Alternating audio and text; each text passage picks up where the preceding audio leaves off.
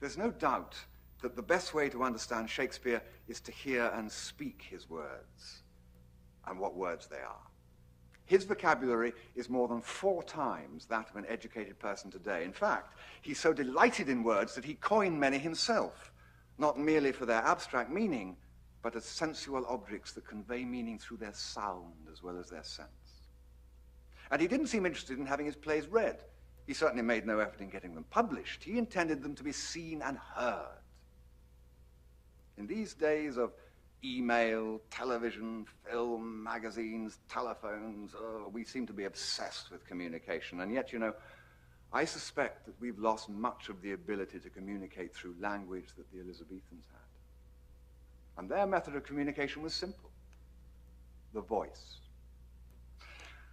I talked earlier about how my film work had allowed me to disregard my voice, and how when I came back here, Cis and Andrew gave me exercises to help me relearn how to use my vocal instrument. This workshop deals with many of those exercises, teaching us how to open the voice, use the sounds and resonance created in our bodies to explore more fully the words and images of Shakespeare's text. Andrew Wade will lead us in breathing exercises, allowing the voice to grow in resonance and acquire a greater vocal range. Because only when the physical instrument is warmed up can we be ready to warm up the imagination. And this session is about group work in voice and language. Working in a group can be even more valuable than working on our own, as we learn to listen and trust the sounds of our fellow actors, creating a company voice in the truest sense. And in this tape, we'll see a compilation of the voice exercises the actors did at intervals throughout the workshop. Finally, tape 5 is a preparation tape, which Andrew Wade led with a group of young actors, and this goes through all aspects of the voice preparation work, without which an actor will be lost.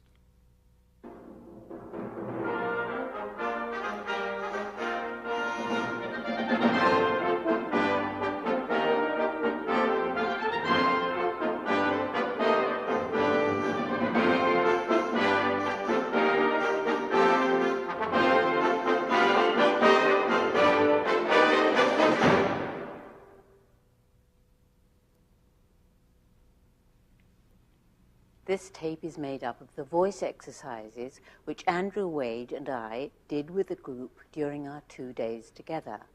Our focus was to be the text, discovering ways of working on Shakespeare's language, how to make that rich and often really extravagant imagery connect with us, connect with ourselves, with our spirit, yet feel truthful in today's world.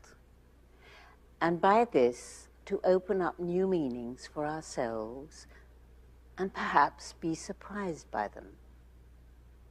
But before we could focus on that work in detail, we needed to do some good, straightforward voice work so that everyone felt in touch with their own voice and ready to use it as fully as possible.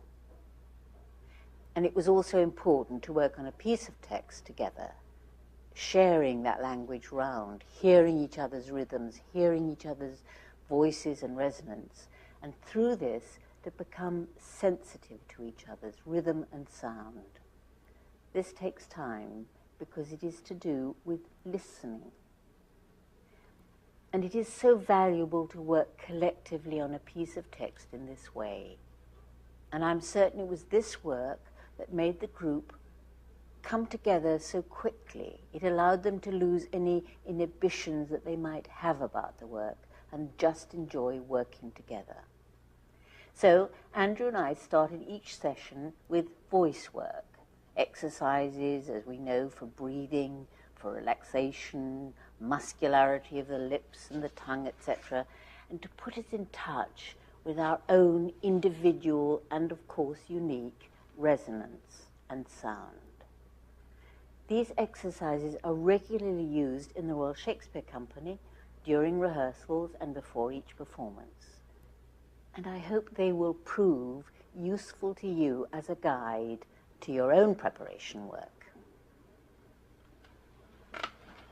Okay, let's just take a few minutes just to focus on different parts and just to let go. Just first of all, very gently, just roll your head just slowly to one side and slowly back the other way. And then perhaps just once or twice, just very gently, just press your head back onto the floor so that you consciously feel the muscles tensing in the back of the neck, and then release them and just feel the difference. And just tune into the shoulders and just give them a little shake so you really feel them just easy on the floor, not gripping, not held. The actors are feeling their weight across the floor, their backs spread and their shoulders and neck relaxed. All this in preparation for the work on breathing.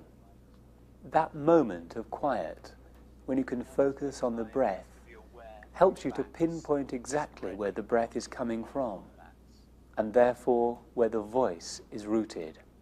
In this position, you will feel no pressure to work at the breath. You will just feel its impulse. Shoulder blades nice and easy, not gripping from inside. So your backs are long and wide. And then trying to keep as much of that sensation as you can while we just go through some breathing and sound work. Just bring the backs of your hands around to your lower ribs at the side, just where your rib cage bulges most. Found them? Yeah, working on it. Don't copy me. Good. And with the backs of your hands on those lower ribs, just whatever breath you've got in there at this moment in time, just sigh it right out to feel those ribs coming together. Go. And 10, go. 2, 3, 4, 5, 6, 7, 8, 9, 10, and empty. And replace that breath, widen. A little louder if you want to. Hey for 10, go. Breathing out slowly to the count of 10, not in order to practice control, but rather to stimulate the next breath, so that the ribs open out even more, yet without tensing the upper chest, neck and shoulders. Although we seldom need to use that much breath, it is essential that those lower ribs are able to move freely. For when the chest is free, it gives body and resonance to the voice. And then wait each time for that need to replace your breath, and perhaps in through the nose to stimulate the ribs. Do you feel them opening out? Open the mouth quite wide and sigh all the breath out at the same time. Go. Empty. And wait for that need to replace your breath and widen your ribs out. Let it settle there a moment and hum for 10. Go. 2, 3, 4, 5, 6, 7, 8, 9, 10, and empty, and wait. Pop a hand onto your lower stomach so you can just be conscious of that breath reaching right down, and that breath starting the sound. If you put your hand down on your stomach, you will feel the muscles below the waist giving space to the diaphragm as you breathe in. This is where we want to feel the voice starting. We want to feel the voice sitting down and the breath touching the sound out. By this I mean you become aware of the breath starting the sound very smoothly, without any jerk. In modern texts, we seldom need this extended breath, but in Shakespeare the thoughts are often very full and complex. If we break it up too much, we lose its essential energy and excitement. It also makes it harder to understand and be understood. Down, tongue tip vibrating as Z, go. Zzz.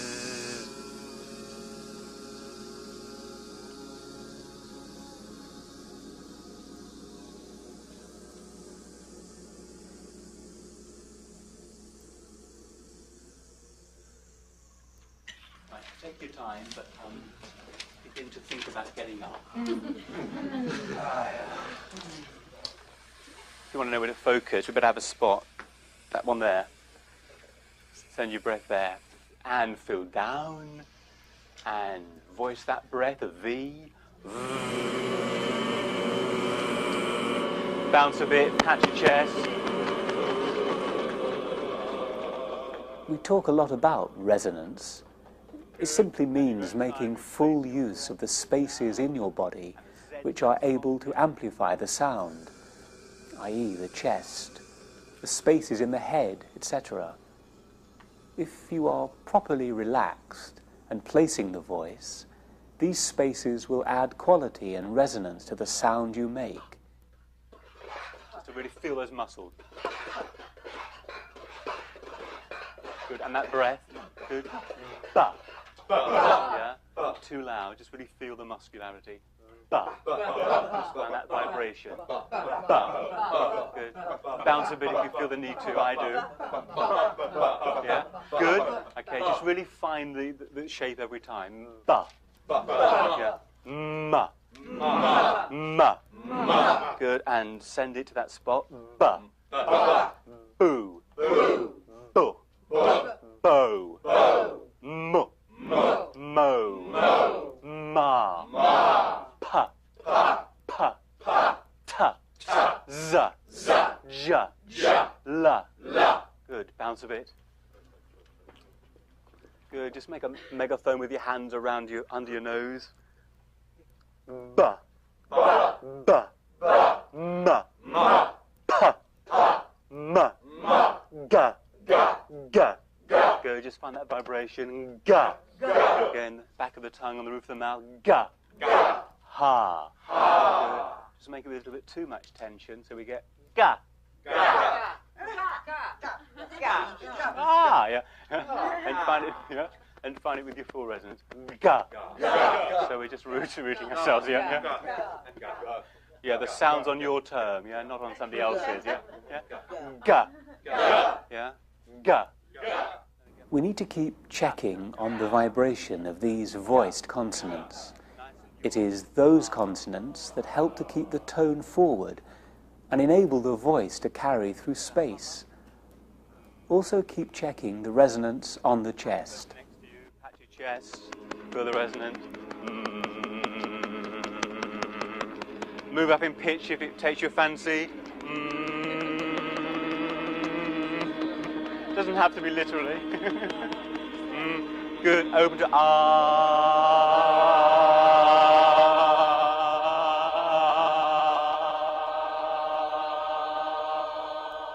Good. Have a stretch and a yawn and a vowel.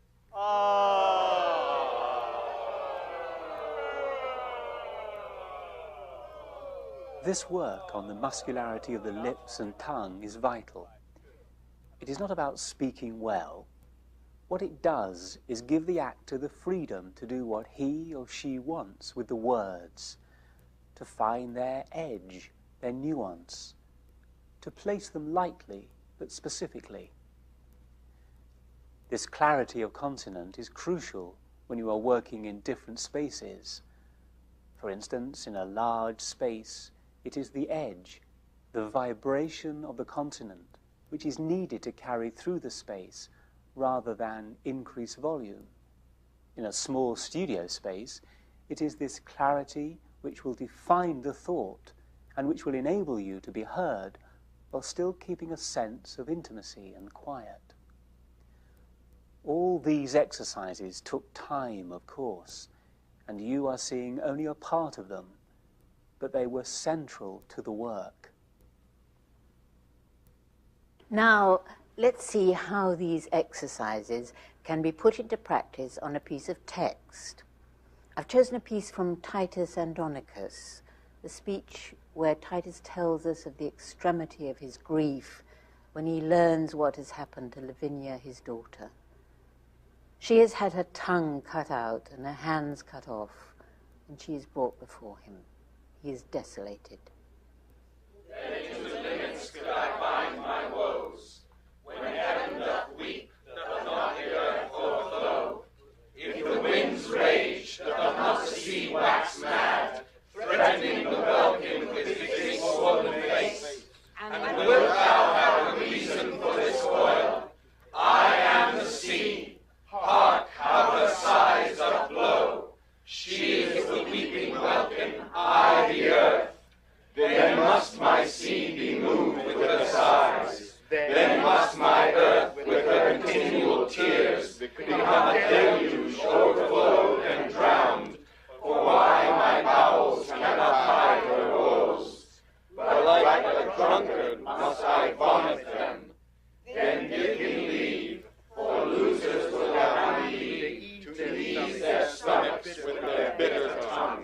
amazing, isn't it? Okay, just do very, very quietly what you were doing with Andrew earlier.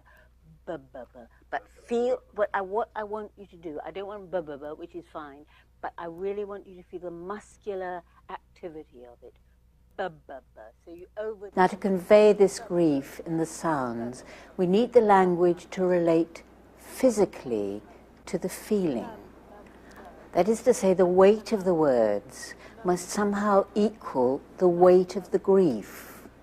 So we need to explore these sounds fully. Try to do that. Now just read this one more time. Really feel those vibrations. Okay. If there were reason for these miseries, then into limits. Sorry. So into what? Limits. Could I bind my woes? When heaven. Sorry, when what? When heaven doth weep, doth not the earth o'erflow. If the winds rage, doth not the sea wax mad, threatening the welkin with his big swollen face? And wilt thou have a reason for this toil? I am the sea. Hark how her sighs doth blow. She is the weeping welkin, I the earth. Then must my sea be moved with her sighs. Then must my earth with continual tears become floated, overflowed and drowned. For why? Bowels cannot hide their woes, but like a drunkard must hide.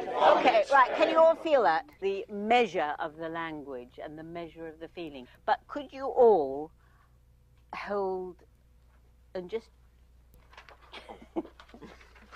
hand, and I want you to pull, just read the beginning of it, and pulling really hard against each other. Okay. If there were reason for these miseries, then into limits could I bind my woes. This pulling disturbs us and somehow helps us to feel the cost, the pain of the language and of his grief. As the body is pulled, we hear the words extending, the vowels extending. I am the sea. And the consonants vibrating, the awareness that the whole body is engaged in speaking those words and in a way feeding them. The language has the power of a landslide. As Edward Bond, our English playwright, would say, words are like the top of an earth shift. Oh, why my bowels cannot hide her woes. All right, can you feel that? Can you feel how actually just by pulling all those vowels lengthened out? So, but we will do similar exercises later. Right, okay. That's the end of our warm-up. Now, I can only play one scale, right? So we're doing ma ma ma ma ma ma ma ma ma ma up the scale, right? Okay. But really sharp here. Really get those muscles going, the muscular bounce. Ready? I just want to see it. Ma ma ma. Ma ma ma. Ma ma ma. Ma ma ma. It really gets on your nerves. Ma ma ma. Ma ma ma. I'm just going to say on your tits. Which you have now. I have now, right. Ma ma ma. Right. Ma ma ma. Okay, on each note, go. Ma ma ma.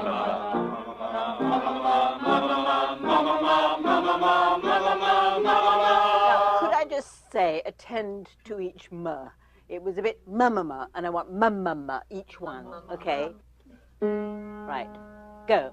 Ma ma ma, ma ma ma, ma ma ma, ma ma ma, ma ma ma, ma ma ma, ma ma ma, ma ma ma, and down.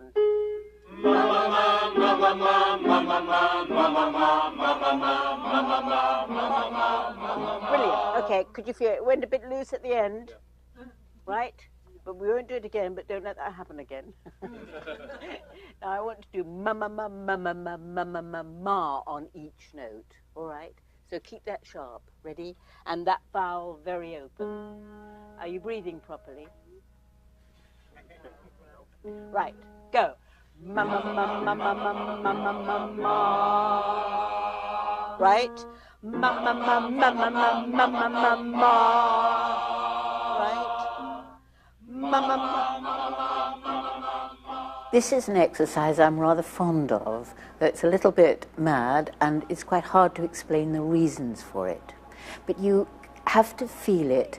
As you do it, you feel the benefit through your bodies. Right? Onto O.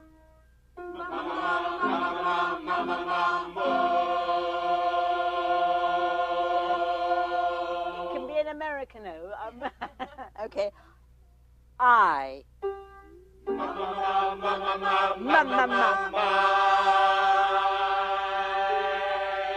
And E.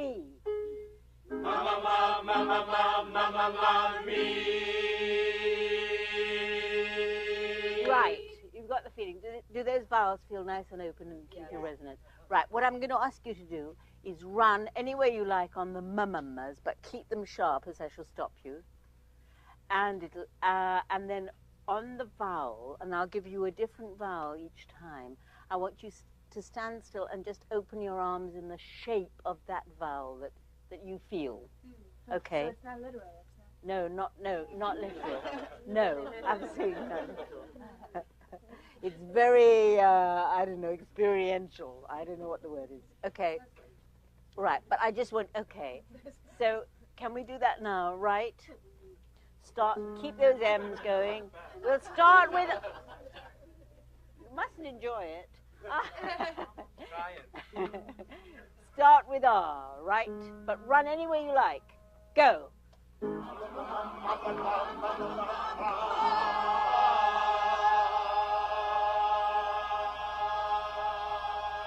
Okay, enough. Oh.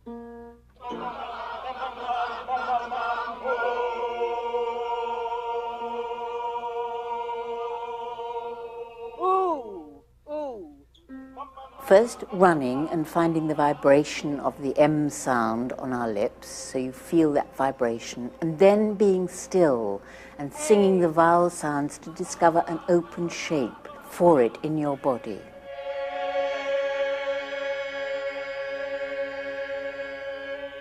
Ow!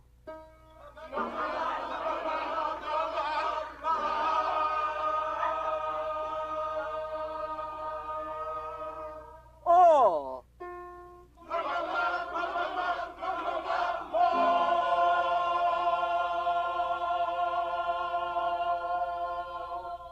I.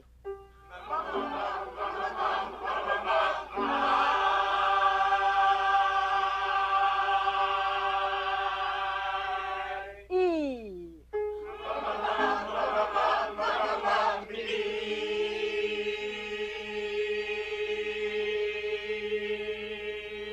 Great, you did that really well. It's quite liberating, actually. Is it liberating? Right. What I really want to do it for is to feel the openness of this vowel. Because, in fact, possibly we made open sounds before we made closed sounds. And perhaps those open sounds contained in it were our need. I hate using the word feeling, our need for that moment. And then perhaps the closed sounds started to make language, which then started to make sense in a way, make our sense go. Just going through the sounds of the language is a very useful thing to do. In ordinary speech, we don't think about those sounds we're making. We use them naturally, and in modern life, we are fairly clipped and short with them. But when we are using language for a purpose, to define something, as the actor always is, we must know how that purpose is conveyed. It is never totally naturalistic, but somehow is always placed, always defined. there is something happening in the language, under the language, which takes us into that other world, the world of the play, and we must be sensitive to this. Now, obviously, we don't all make the same sounds. That does not matter. But we do need to be aware of each sound and hear it. Each sound strikes a different note, a different awareness. And then ga-ga-ga. Now, can you feel that vibration down there? Now do ga-ga-ga a bit tight. Ga-ga-ga. And then loose. Ga-ga-ga. All right. So you've got that going on. You've got nga-nga-nga. La. Bit sharper L. La. Ta-ta-ta. Da-da-da. Feel that vibration there. Na-na-na. Pa-pa-pa.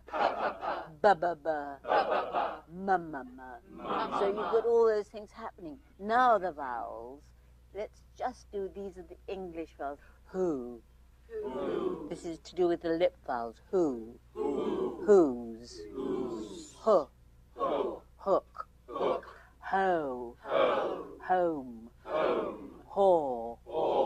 Hall. Ha. Hot. Ha. Hard. Ha. Hum. Her. Hurt. Yes, so these are into the tongue vowels. Can you feel those? Yes, obviously, but just start on those tongue vowels again. Ha. Heart. Ha. Hut. Hut. No, hut. H-U-T. Hum. Right, that's a better one. Her. Hurt. Ha. Hat. He. Head. Hay. Hate. Hid. Hid. He. Heel. High. Hide. Here, and all those. See, that's another reason Americans have more trouble with Shakespeare, because your all is there and our all is here. You know, I mean, where we place it lends itself to better projection than I don't want to say that that one is right or not, because I think you can do it whichever. I don't honestly think that much. We don't want to say that. To projection.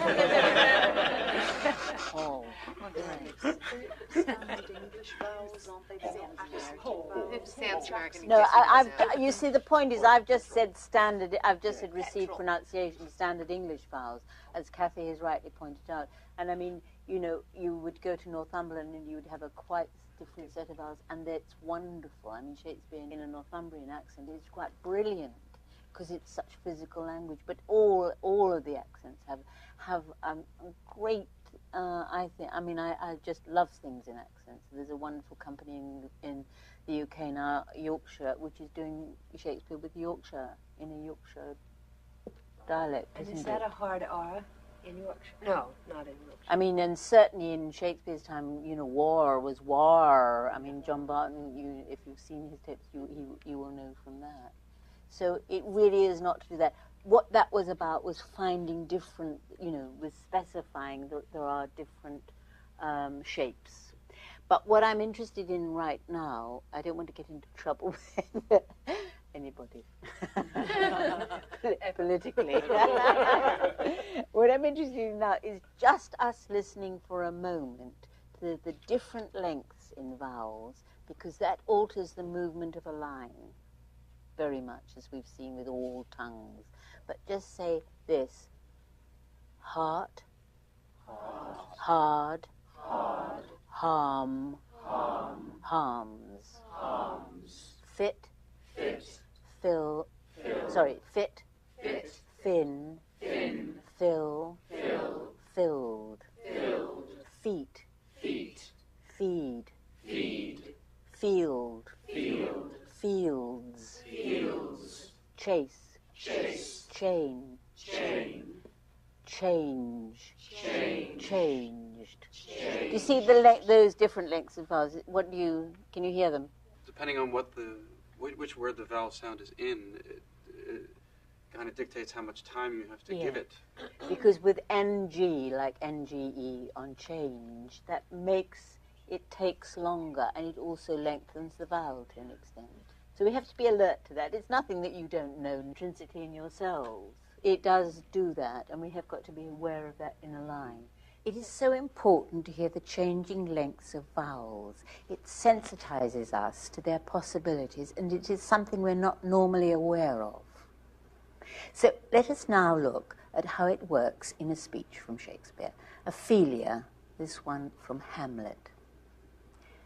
Ophelia has just been devastated by her encounter with Hamlet. She believes him to be mad, and this speech tells us how she feels just by the very sound of it, as well as its sense. The length of the vowels are like cries. Oh, woe is me, to have seen what I have seen, see what I see. You feel her spirit is beginning to break. No mind is here o'erthrown. The courtiers, soldiers, scholars, eye, tongue, sword, expectancy and rose of fair state, the glass of fashion and the mobile form, the observed of all observers, quite down. Don't read it, not too quick. Go. I. Of ladies most deject and wretched, that sucked the honey of his music vows, now see that noble and most sovereign reason, like sweet bells jangled out of time and harsh, that unmatched form and feature of blown youth, blasted with ecstasy. Oh, woe is me, to have seen what I have seen, see what I see. Right, let's just very lightly beat it through metrically. This is a particularly good one to do it on, right? So it's a what, a no, mind is here o'erthrown. The courtiers, soldiers, scholars, eye, tongue, sword, expectancy and rose of the fair state, the glass. I just want to remind us of the beat that is going on underneath, that iambic pentameter, ti-tum, ti-tum, ti-tum, ti-tum, ti-tum, and how, when the sense stress breaks with the meter stress, just how startling and dramatic this makes it. Now see that noble and most sovereign reason, like sweet bells jangled out of time and harsh, that unmatched form and feature of blown youth, blasted with, you can't, it's got to be blasted, isn't it? It's like she has actually been hit by lightning and is split down the middle. Because if it's fairly regular, obviously, you know, there's a lot of negotiation to go on between, in those things, like the courtiers, soldiers, scholars, eye, tongue, sword, so you can be quite quick over one bit, but it actually is not too irregular until you get that sound blasted with ecstasy, and it's like that. Now, what I'd like us to do now is something really difficult, and that is, as though you're going to speak it, which we have done all through, as though you're doing that, but in fact only verbalize the vowel sounds. So it's like this. If you get lost, don't worry, but it will be like O, or O, or I, ear, or O. All right, just take it in your own way. Fill down. Go. O, or O, or I, ear, or O. I, or A, E, O. Listen to how the very sound of the vowels underpins the emotions involved. She is alone. They are a cry for someone to listen. O, or A, O, or E, O, O, E, O, E, or I, E, or I, E. Like being a deaf person, speaking, the deaf yes. speak that way. Yes. Because they go for the vowel sounds. Oh, yes. It's amazing what deaf people have. It is all there, isn't it? Woe is me. And it's not that we, emphasize that, but it's well worth knowing that that's under there in that language. The last line really rips your heart out. It's horrible, isn't it? Because it's someone desperately trying to communicate, and the last one is, she is alone. She says, see what I see, but other people can't. You can't see through somebody else's eyes. It's like... Do you put this to other speeches, like with this kind of exercise? You can. Oh, absolutely. Things? I mean, you have to try the exercises and everything. Some exercises work better for some things and release, but on the whole, they work for all. But you just have to make choices. Now to the speech of the player king from Hamlet. Now, the work on this text was a kind of touchstone throughout the workshop, for we kept coming back to it, working on the different qualities in the writing, the texture of the language and the sense of storytelling that it gives. We worked on it first technically, for it makes a very good exercise for breathing, for the physicality and muscularity of the consonants, and also for its changing cadences and rhythms, which are the essence of good storytelling. Let's read the first part all the way through, and then we will just break up the second part and see what we find from it, quite quietly. Just want you to concentrate now on those words, on being on the words, the rugged Pyrrhus. Okay, go. The rugged Pyrrhus, he whose sable arms black as his purpose did the night resemble. Okay, I'm not quite satisfied, okay? Just feel that feel the vibration on that. Rugged. I want to feel that G, rugged Pyrrhus. He whose, it's got a zona whose sable arms. But B is also an active sound. Sable arms, black as his purpose. Did the night resemble what? Resemble. Yeah, don't shout at me. I just want to feel these things. Did the night resemble? When he lay couched on the ominous, on the what horse? Ominous. This is your energy here. This is the physicality. You could run around, but I want it here. When he lay, go. When he lay couched on the ominous horse, hath now this red and black. Sorry, this dread. No, hang on, dread. I want to feel that word. This red and black complexion smeared with heraldry more dismal, head to foot. Now is he total fool, horribly tricked with blood of fathers, mothers, daughters, sons, baked with the parching streets that lend a tyrannous and a damned light to their lord's murder. Roasted in wrath and fire, and thus o'ersized with coagulate gore, with eyes like carbuncles, the hellish Pyrrhus, old grandsire Priam seeks. Yeah, I'm honestly not advocating overdoing it, but sometimes you have to do that first to feel that muscularity there. Could you feel it? Now tell the story with that.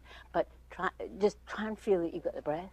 Try and feel that you're doing it through there without exaggerating now, quite quietly. Go.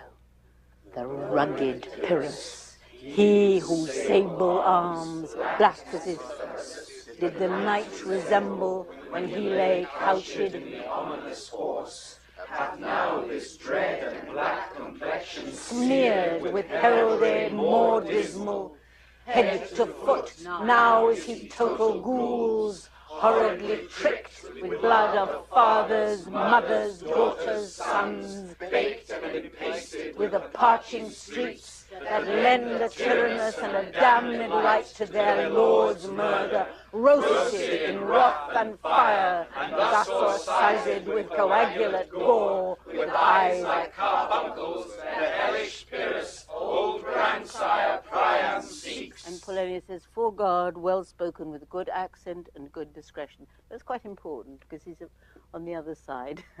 Can we just take it through, just break it up into points of where to breathe and just see what actually that opens up. But just before we do that, just to connect back with our breath, can you just sort of get comfortable and sit and just rock a little bit to free yourselves? Okay, and then just in your own time, just rock back a little bit as you let a breath in and just out through an F. Go.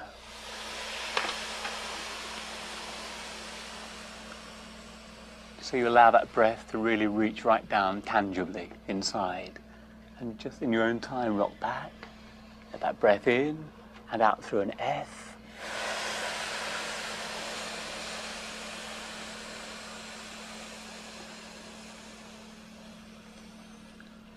And just once more, just rock back.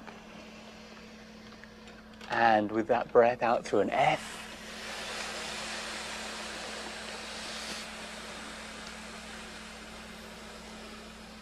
Okay, good. Now back onto the text. Just take a breath in, fill down, and can we speak down to dismal on one breath? Okay, go. The rugged Pyrrhus, he whose sable arms, black as his purpose, did a knight resemble, when he lay couched in the ominous horse, hath now this dread and black complexion smeared with heraldry more dismal. Fill down. Try and go down to murder. Go.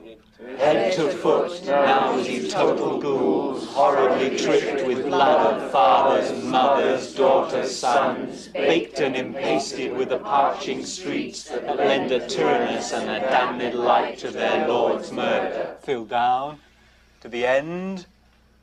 Go. Roasted in wrath and fire, thus o'ersized with coagulate gore, with eyes like carbuncles, the hellish Pyrrhus, old grandsire Priam seeks. Rest. Pretty good, actually. Did anybody cheat? Yeah. Yeah. I cheated once. It was surprising to me. Yeah? Good. I mean, I thought, oh, I'll never get there, and then I was out by the end. I was gasping. Yeah. But that's partly because you don't know the sense of it, Right, and you're not right. sure about how long it is. Yes. Yeah, but I think that I use more breath than I need to. A lot Well, of the that time. is the habit of speech now, isn't it? It's the mode of speech to take little breaths, Right. in fact, and with writing now. Whereas, in fact, if you had to sing this, you could all sing this. Do you see what I mean? Yeah. But Sorry. it's also the mode that somehow we don't quite use our full voice, do we? I mean, it's not called upon, so again, we can be breathy as well. Right. A bit, yeah. Right. Yeah. Well, anything else? I suddenly realized what this sentence meant for the first time. There are so many parenthetical. It's the rugged Pyrrhus, he whose sable arms, black as his purpose, did the knight resemble when he lay couched in the ominous horse, hath now this dread and black complexion smeared with heraldry more dismal. Like this guy who had all this, it's the thought. If you break up the thought with a breath, it actually gets more complex. That's the baseline, isn't it? Yeah. How the breath actually does affect the thought. Yeah. And how we always feel we've got to explain it, which makes us cut it up Right. often. We stopped at each full stop, right? Would you ever say that's? I know there is no rule, but is it a place to start when looking at breath? I think yes, to look at a whole clump of thought in inverted commas, that would make sense, probably, wouldn't it? Mm-hmm. Yeah. Should we stand up and do it? Yeah.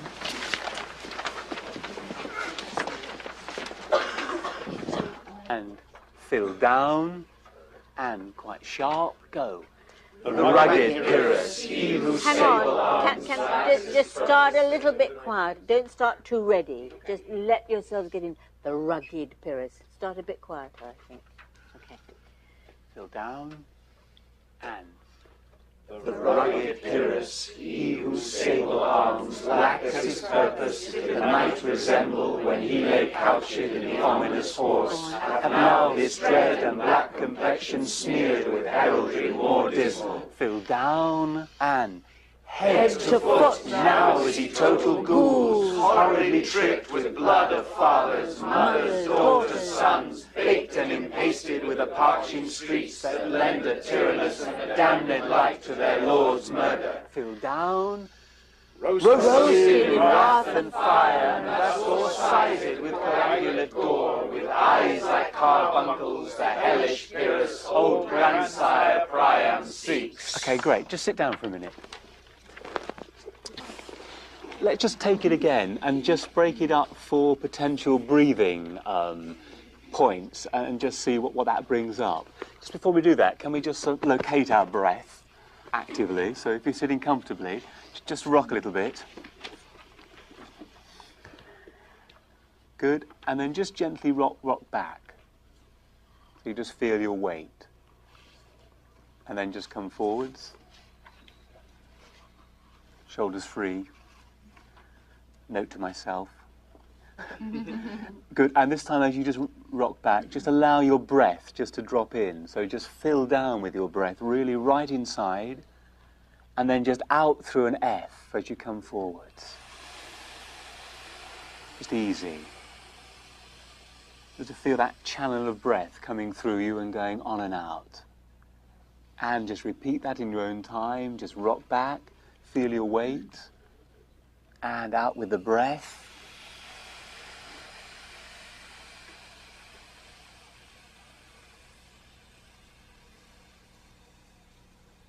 Great. And just once, just bring your hands up as you rock back and just sigh very, very gently into your hands to feel that breath, that resonant breath. Go.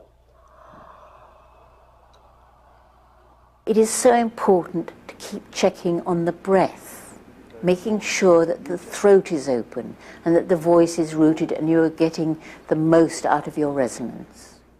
And just sigh very gently, very yawny, drop the jaw, throat's open.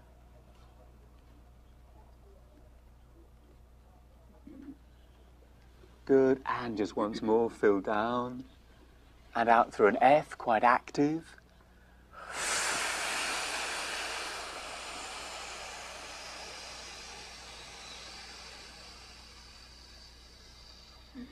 Good, and rock back. And now let's voice that breath as a V to feel the vibrations. Go.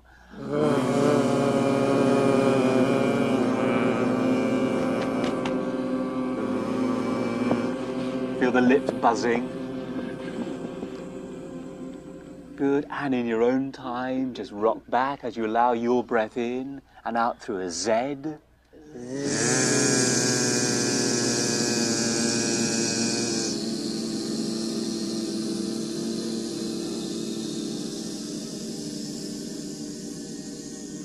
Good, and just one more. Fill down with your breath and a voiced TH. So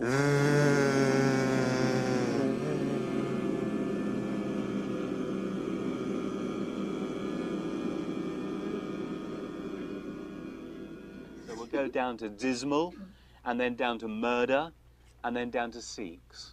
Okay? Well, that's the optimistic idea anyway, okay? Fill down, and the text. The rugged Pyrrhus, he whose sable arms, black as his purpose, did a knight resemble, when he lay couched in the ominous horse, hath now this dread and black complexion smeared with heraldry more dismal.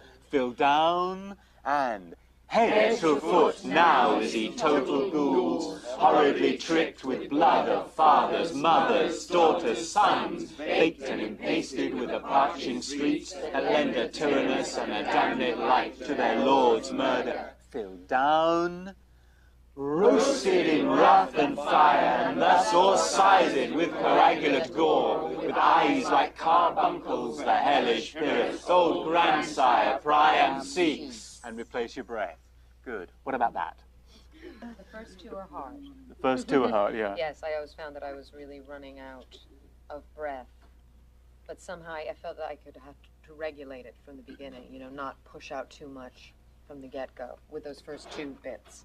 But the last one was easy to do. It's probably partly getting into the rhythm of it as well, Yeah. isn't it? Yeah. And if you don't quite know what exactly you're saying, then it's more difficult to organise your breath. So true. Yeah. Good. Now just read this through once more, and if you can read it at the same time, just lift your seats up off the floor as you bounce or rock, or just to feel the vibrations going through your body as we read it together. Okay? And with that breath behind what you're saying, feel down and onto the text.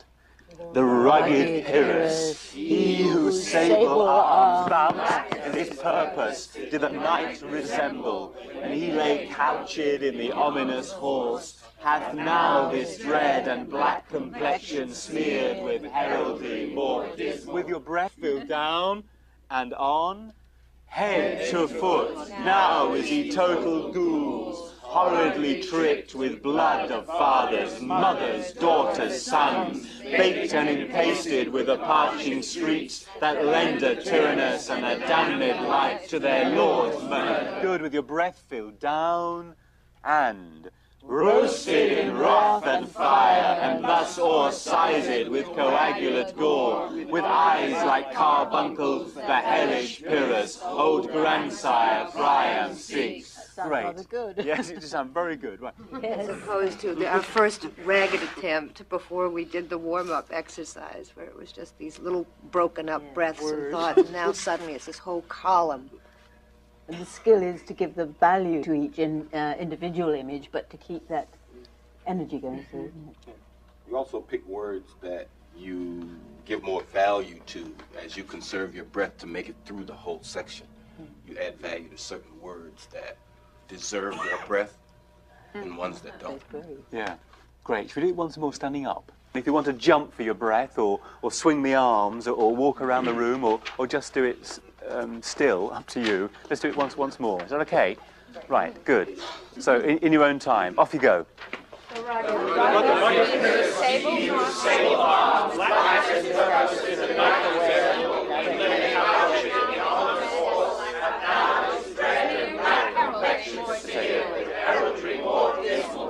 Head to foot, now is he total ghouls, horribly tricked with blood of fathers, mothers, daughters, sons, baked and pasted with the parching streets, and the tyrannous and damned light to their lord's murder.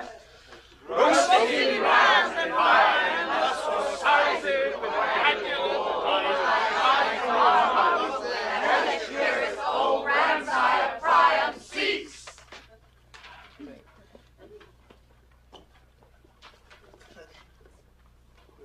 Where'd they go?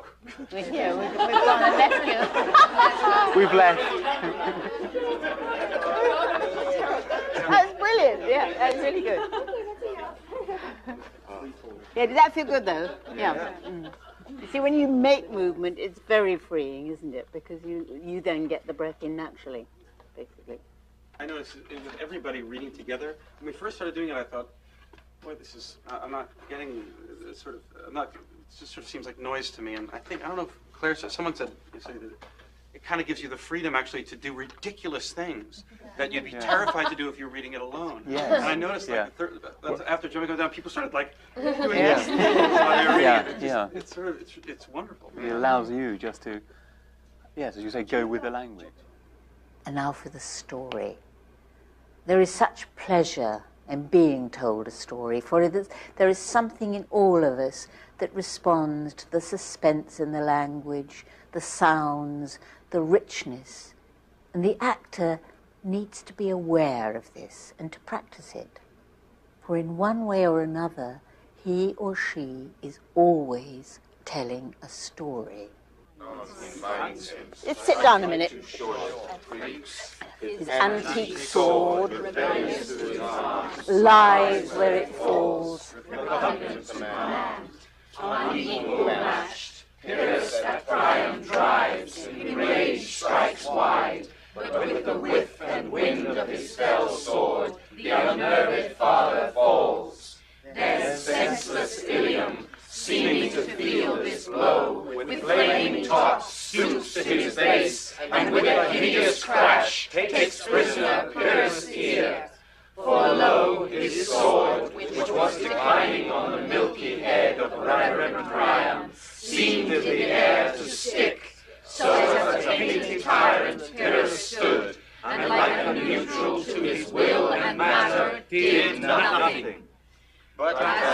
often see against some storm, a silence in the heavens, the rack stands still, the bold wind speechless, and the orb below as hush as death. Anon the dreadful thunder doth rend the region, so after Pyrrhus falls, aroused vengeance sets in new work. And never did the Cyclops' hammers fall on Mars' armor, forged for proof etern, with less remorse than Pyrrhus' bleeding sword now falls on Priam. Out, out, thou strumpet fortune! All you gods in general synod take away her power. Break all the spokes and fellies from the wheel, and bowl the round nave down the hill of heaven as low as to the fiends. Okay, so what about that? This is too long. Appropriate. This is too long. It shall be the barbers in your beard. Those half lines are really full. There's such emphasis. Yeah, it's like Pyrrhus stalking. Yes, brilliant. Just like that. Like that, but yeah. I just feel the momentum. When his Trellis explained this all to me, I had no idea what most of it meant until he worked line by line through. But when his ear is nicked, when he's nicked, and that moment of stillness as the storm gathers, and it's just suddenly it all changes, and there's this flow of this gathering storm, and that horrible, hideous silence before the funnel cloud descends. It's almost like a play-by-play. Yeah. You know, when you listen to a fight or watching a football game, describing all this stuff, and you're going, yeah. And I mean, it's very extravagant language, but it's no more that's happening any day now. Why I wanted to do this is that it is a piece of primitive storytelling, really, rather than something totally connected with character. Each actor now takes a line and finds its energy and excitement by doing a number of things with it. First, running.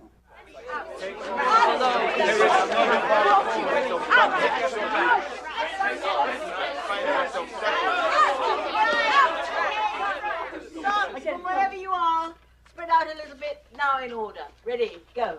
Anon, he finds himself striking too short at Greeks. His antique sword, rebellious to his arms, lies where it falls, repugnant to command. Unequal matched, Pyrrhus at Priam drives, in rage strikes wide. But with the whiff and wind of his fell sword, the unnerved father falls. Then senseless Ilium, seeming to feel this blow, with flaming top stoops to his base. And with a hideous crash takes prisoner Pyrrhus' ear. For lo, his sword, which was declining on the milky head of Reverend Priam, seemed in the air to stick.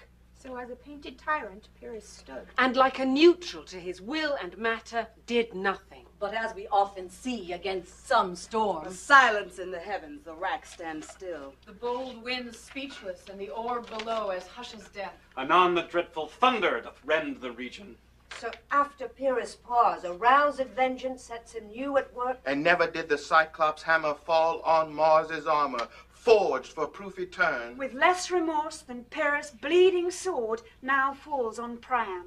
Out, out, thou strumpet fortune. All you gods in general synod take away her power. Break all the spokes and fellies from her wheel, and bowl the round nave down the hill of heaven as low as to the fiends. Do it one more time, running about in order. Okay. Anon, he finds him striking too short at Greeks. His antique sword, rebellious to his arms, lies where it falls, repugnant to command. Unequal matched, Pyrrhus at Priam drives, in rage strikes wide.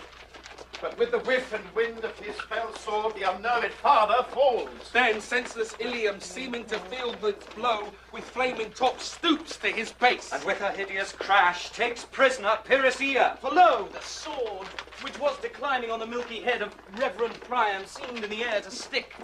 So as a painted tyrant, Pyrrhus stood. And like a neutral to his will and matter, did nothing. But as we often see against some storm, a silence in the heavens, the rack stands still. The bold wind speechless, and the orb below as hush as death.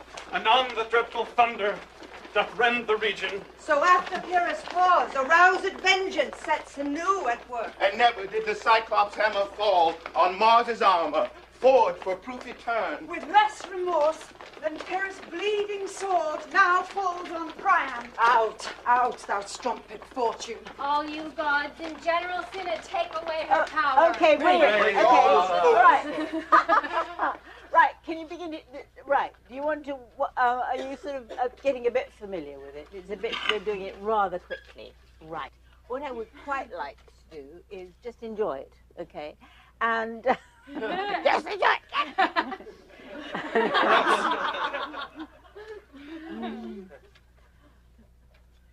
I'd like you, I don't mind where you go, but just get on something, like a table or a chair or somewhere. I don't feel you've got to keep up with the time of it necessarily. But no, don't get up there yet. You've got to get up there when your line is coming. Oh, see. Oh. Feet off the ground. Feet off the ground, anywhere. Right, go.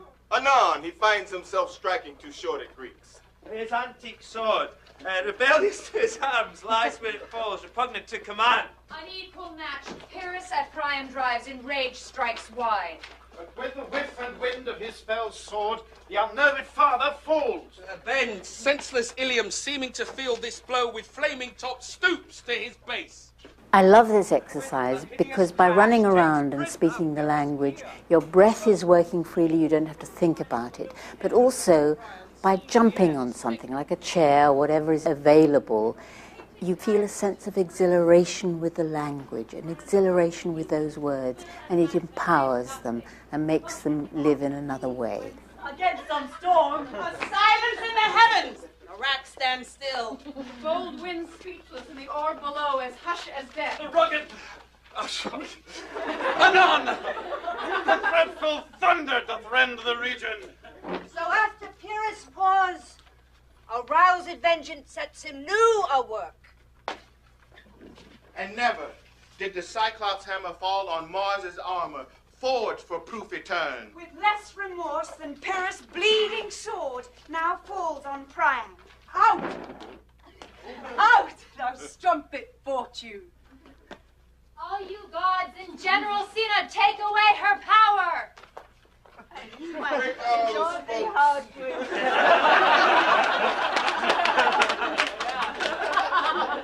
It's real exciting. Really, because we don't get a chance to do that very often, do we?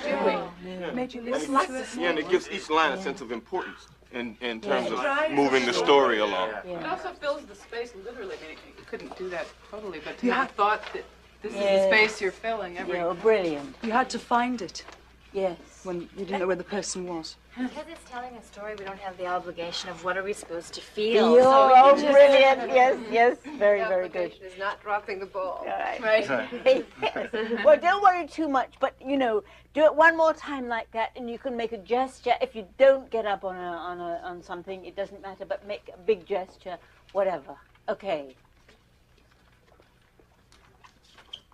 Anon, he finds himself striking too short at Greeks. His antique sword, rebellious to his arm, lies where it falls, repugnant to command. Unequal matched Pyrrhus at Priam drives, in rage strikes wide. But with the whiff and wind of his fell sword, the unnerved father falls. Then, senseless Ilium, seeming to feel this blow, with flaming top stoops to his base. And with a hideous crash, takes prisoner Pyrrhus. For lo! His sword, which was declining on the milky head of Reverend Priam, seemed in the air to stick. So as a painted tyrant, Pyrrhus stood. And like a neutral to his will and matter, did nothing. But, as we often see against some storm, a silence in the heaven. A rack stands still. The bold wind speechless, and the orb below as hush as death. Anon, the dreadful thunder doth rend the region. So after Pyrrhus' pause, a roused vengeance sets him new a work. And never did the Cyclops hammer fall on Mars's armor, forged for proof etern. With less remorse than Pyrrhus' bleeding sword now falls on Priam. Out! Out! Thou strumpet fortune! All you gods in general sin and take away her power. Break all the spokes and bellies from her wheel, and bowl the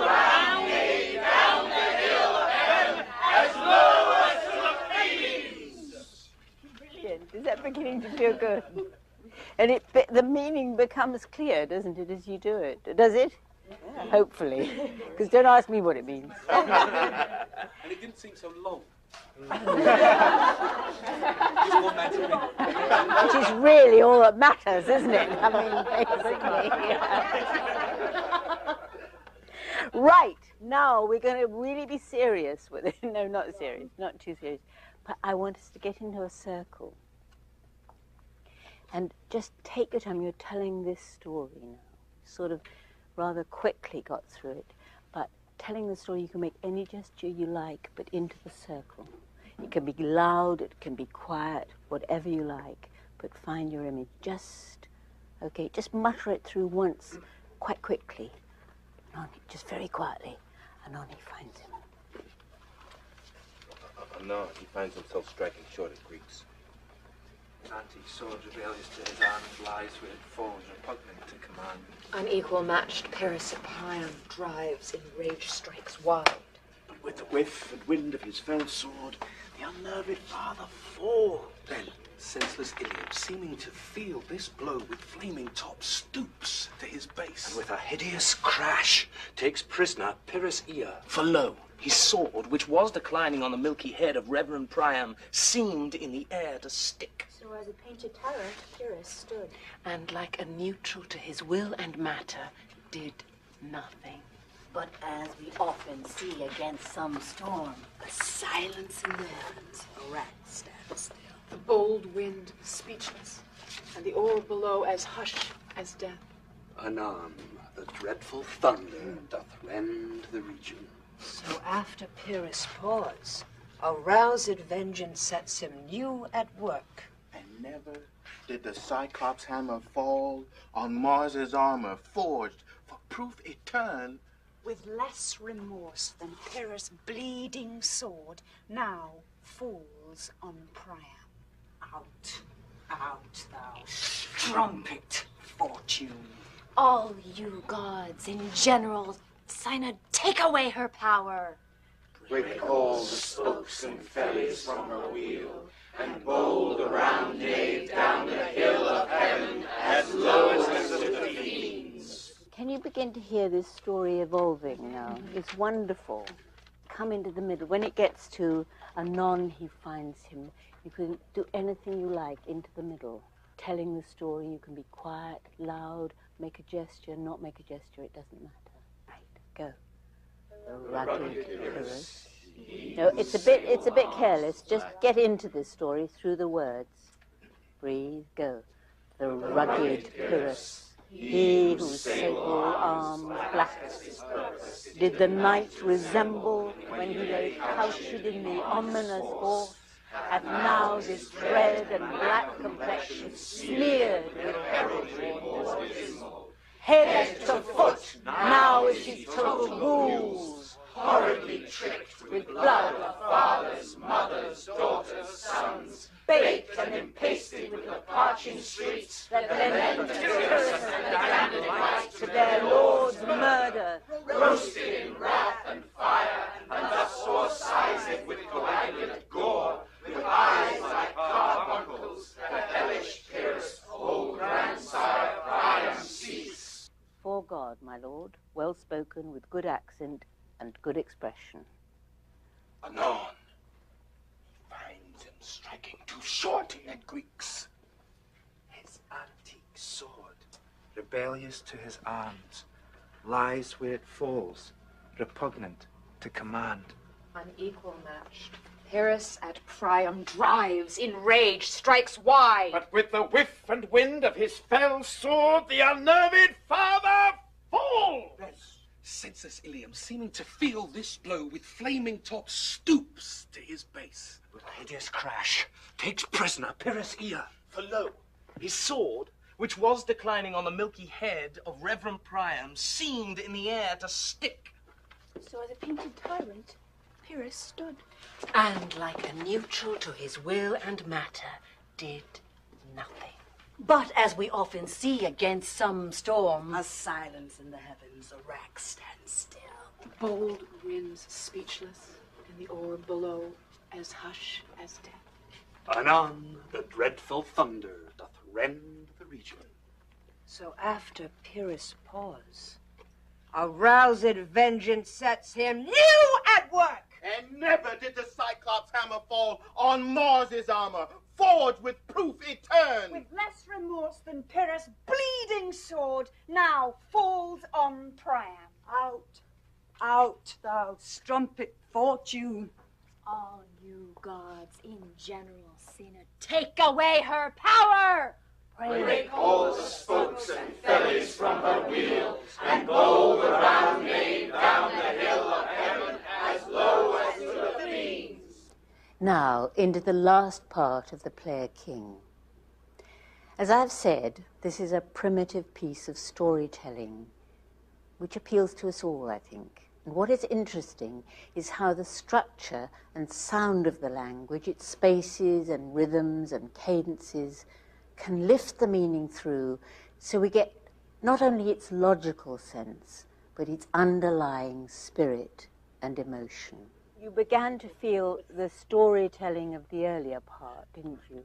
That it has a kind of music to it, yes? Now I want us to find this music here. It has that muscularity, that sort of aggression in the language, right? But I want us to find a music to it. I might kind of conduct you a bit. Right. I might conduct you a bit. But I don't really approve of that. I don't really... I don't like my... But I'm going to do it. Do it. But I don't like myself for doing it. All right. Okay. But who woe had seen the mobile queen run barefoot up and down, threatening the flames with bitten rune, a clout upon that head where late the diadem stood, for a robe about her lank and all o'er-teeming poise, a blanket in the alarm of fear caught up. Who this has seen, with tongue in venom steeped, 'gainst fortune's state would treason have pronounced. Hang on, but if the gods themselves did see her then, when she saw Pyrrhus make malicious sport in mincing with his sword her husband's limbs, the instant burst of clamor that she made, unless things mortal move them not at all, would have made milch the burning eyes of heaven and passion in the gods. Yes. Well, do you see that there is that possibility? Now, I'm not saying that is the right possibility, but there is something in a music, in a cadence, and it's different in every culture, in every language. What we want to hear differs from person to person, doesn't it? Do you know what I mean? What moves us differs from person to person. I've been sort of wondering why we're doing this. I mean, as a group, I get different things from it. And this time I really, for the first time, thought, oh, wow, this is, by erasing individual worries of character, by telling a story as a group, it's, of course, at first it's really muddled and confusing, but as we know now that when we go back to the stuff we now really know well together, it's really starting to have a form, and I'm realizing that the words themselves, the story in itself, the story is sort of valid unto itself without forcing a character onto it. Just telling this story is the character, in a way. You also, when we get very close together and we're getting more familiar, it's more like one voice than we can. And then you start to physically feel the power of that one voice. It just goes through your body. Exactly. Then, of course, you must all go away and do it for yourselves. And it is a one person, it is a one person telling. But the only way we can reach that at the moment, and I think actually the only way anyway, even if we had more time, it's very freeing, as somebody said yesterday, or several people said yesterday, to do things together. Yes. Because you would never want to do what I just told you to do. And really not enough work is so often done on that when you're rehearsing a play, is it? That collective that collective voice, which is not, again, I mean, nothing to say don't be anarchic and different, but there is a collective voice out of which that is coming, isn't it? Takes a lot of pressure off one to perform or to feel that pressure. You do have as an actor, when you do come into the rehearsal room and you do sort of feel, oh my God, I'm useless and I'm hopeless and I can't play the player king or whoever it is. And if you did it all together, it just takes that responsibility off you. And you actually find the story of the speech together as collectively. So and then you go off on your own way because, I think when I first, as we said it out loud, it just seemed so melodramatic and it's primitive storytelling. But as the story became a prominent thing, it was no longer. Oh, brilliant! It was no longer melodramatic. Great. Right. Shall we break it there then? That's great. Thank you very much indeed.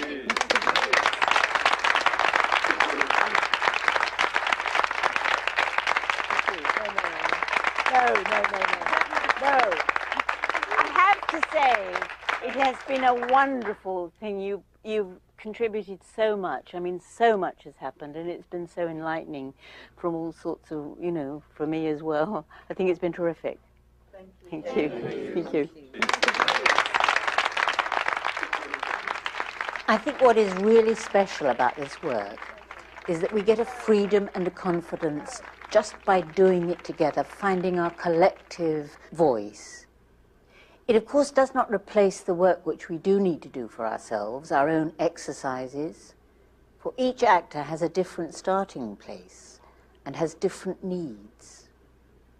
But I do feel that this collective work can contribute hugely to a rehearsal process in that it gives a freedom to trust and be open to each other and therefore discover more possibilities, more meanings. It also helps us to find the delight in the words, the delight in expressing something so exactly, and this empowers us. And also to perhaps to be moved by the actual speaking of it as we speak it. For the actor has to continually bridge that gap between his or her own personal truth with the richness of this language and how this language takes the audience into the world of the play and excites them with it. For we all have one thing in common, the voice, and the need to reach across to another person, to the audience. It's been an extraordinary journey. We're often suspicious, we're often nervous of relying on technique, of learning exercises in order to do something. But we've seen a great group of actors under the guidance of Andrew Wade and Cicely Berry do this. And we've seen how it's given them wings, how to have this technique allows them as actors to soar. And when that happens in a play, then the words and then the play itself take wing. Good luck.